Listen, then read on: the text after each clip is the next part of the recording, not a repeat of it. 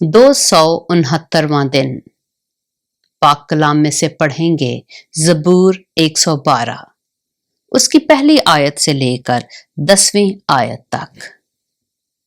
خداوند کی حمد کرو، مبارک ہے وہ آدمی جو خداوند سے ڈرتا ہے اور اس کے حکموں میں خوب مسرور رہتا ہے، اس کی نسل زمین پر زوراور ہوگی۔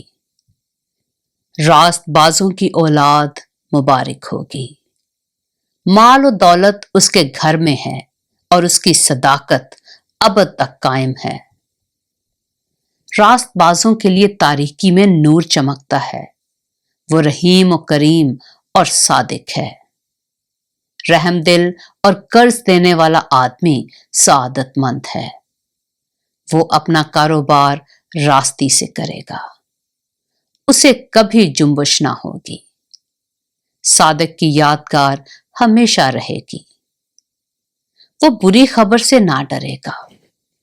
خداوند پر توکل کرنے سے اس کا دل قائم ہے، اس کا دل برقرار ہے، وہ ڈرنے کا نہیں۔ یہاں تک کہ وہ اپنے مخالفوں کو دیکھ لے گا۔ اس نے بانٹا اور محتاجوں کو دیا، اس کی صداقت ہمیشہ قائم رہے گی، اس کا سینگ عزت کے ساتھ بلند کیا جائے گا۔ شریر یہ دیکھے گا اور کڑھے گا، وہ دانت پیسے گا اور گھلے گا، شریروں کی مراد نابود ہوگی۔